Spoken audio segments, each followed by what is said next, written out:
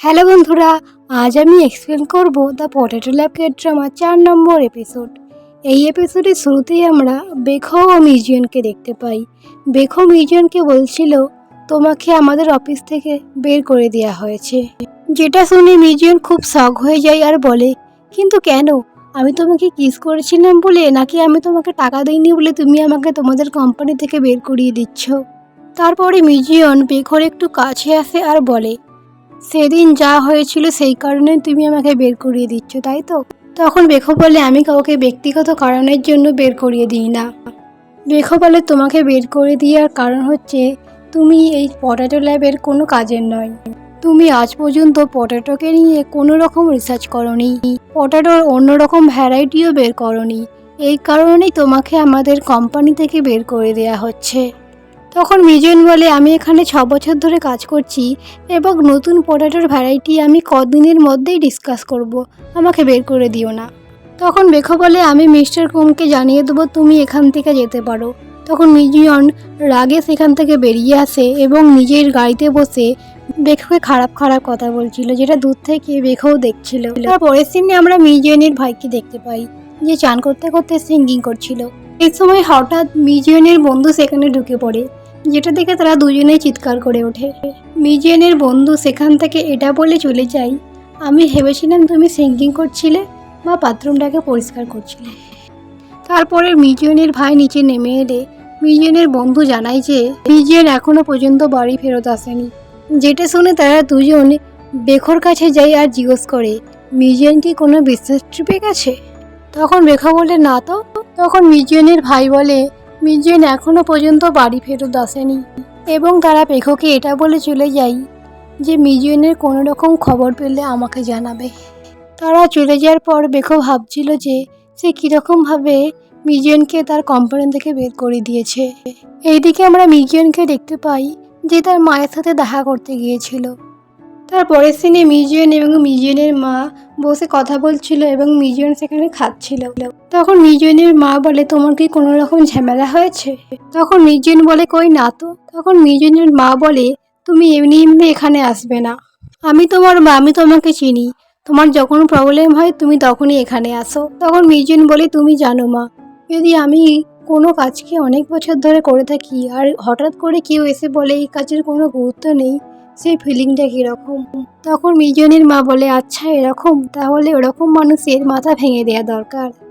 যেটা শুনে তারা দুজনেই হাসছিল। তারপরে মিজিয়নের মা বলে, অনেক রাত হয়ে গেছে, আমি কাউকে ডাকছি তোমাকে বাড়ি নিয়ে যাওয়ার জন্যে।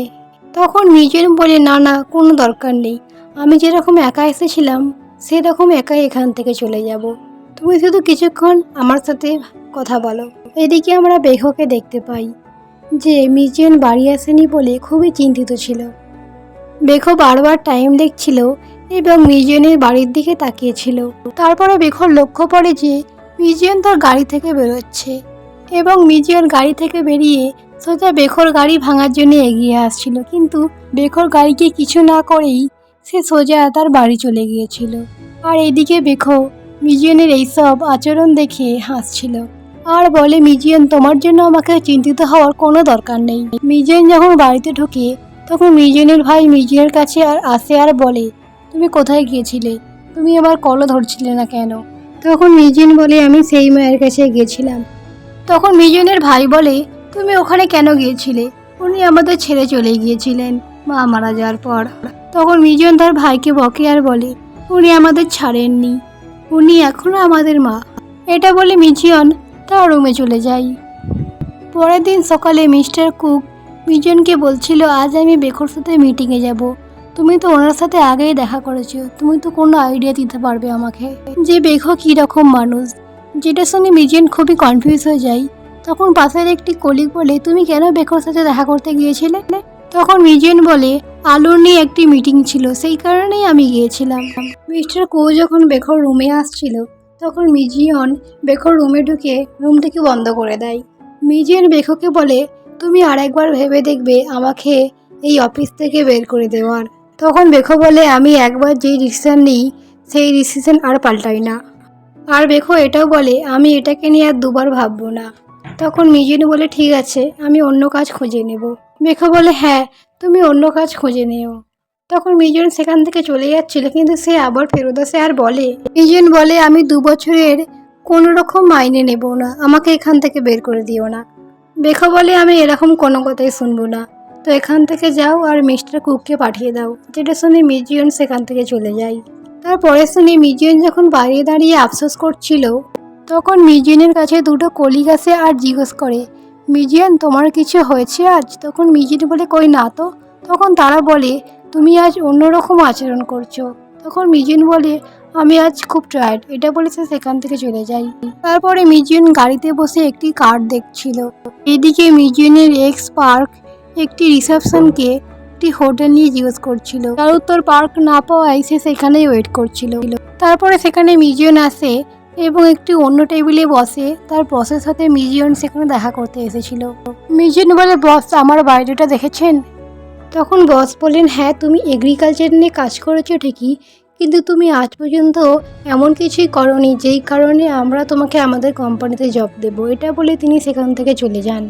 মিজেন বলে, এবার থেকে আমি ভালো করে কাজ করব, আমি আপনার কলের ওয়েট করব। বস ওকে বলে সেখান থেকে চলে যান। তারপরে পার্ক মিজেনের কাছে যেয়ে আর বলে, তোমাকে বেখো কাজ থেকে বের করে দিয়েছে। মিজেন বলে, তোমার জন্য লাভ নেই। তখন পার্ক বলে, এটা তোমার 5 বছরের বদলা, তুমি যা আমার সাথে আগে করেছিলে। তখন মিজেন বলে, তুমি যদি ভেবে থাকো আমি তোমাকে আমার কাজের জন্য ভিক্ষা চাইবো, তাহলে তুমি ভুল ভাবছো। তারপরে সিনে আমরা একটি মেয়েকে দেখতে পাই যে ছিল পার্কের XY1।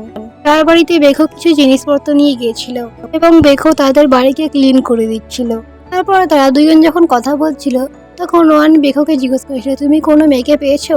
তখন বেখো মিজিয়নকে ইমাজিন করছিল আর স্মাইল করছিল।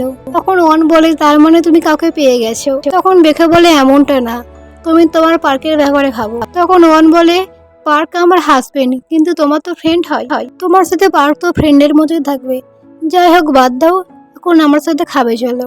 তারপরে তারা দুজন খেতে বসে পড়ে। এদিকে ওয়ানের ফোন সোফায় বাজছিল, অন্যদিকে পার্ক ওয়ানের কলের আশায় সেখানেই বসেছিল। তার পরের দিন সকালে আমরা মিজুনকে দেখতে পাই যে আলুর ক্ষেতের পাশে ছিল এবং তাকে চেক করছিল। সে আলুর ক্ষেতে সব রকম দেখাশোনা করছিল। তারপরে মিজুন যখন ল্যাবে আসে, তখন মিজুনের কাছে মিজুনের একটি কলিগ আসে। এই কলিগটি মিজুনকে আরো 2টি কলিগের কাছে নিয়ে যায়, যারা দুজন মিজুনকে বলছিল, তোমার মনে আছে তো তুমি আমাদের কি কথা দিয়েছিলে? মিজুন বলে, হ্যাঁ আমার মনে আছে, ল্যাবে কেউ কারোর কাছ থেকে সিগারেট কথা রাখবে না। তখন তারা বলে, তাহলে তুমি কেন আমাদের না বলে কাজ খুঁজছো? তারপরের দিন আমরা মিজুন এবং সেই 2টি কলিগকে দেখতে পাই। তারা সবাই লাঞ্চ করছিল এবং রাগে বেখোর দিকে তাকিয়েছিল। তারা 3জন বেখোকে খারাপ খারাপ কথা বলছিল এবং 3জনে একসাথে ড্রিঙ্ক করছিল। তারপরের দিনে সব কলিগরা একসাথে বসেছিল এবং অনেক খাবার নিয়ে একটি রুমে তারা সবাই মিলে যায়। তারা বলে, আজকে আমরা কোনো রকম মিটিং করব না, আজ আমরা শুধু এনজয় করব। কিন্তু তারা রুমে ঢুকে দেখে যে বেখো সেখানে আগে থেকেই বসেছিল। বেখো তাদের দেখে বলছিল, আমি শুনি কি তোমরা আজ মিটিং করবে, সেই কারণেই আমি এখানে এসেছি। তাই তাদের সবাইকে এই মিটিং অ্যাটেন্ড করতে বাধ্য হয়। তারপরে অফিস গ্রুপে বেখোর নামে কেউ খারাপ কথা লিখে, যেটা পড়ে সবাই হাসছিল। বেখো যখন সেই মেসেজটি পড়তে যায়, তখন মিজিয়ন তার ফোন কেড়ে নিয়ে পালিয়ে যায়।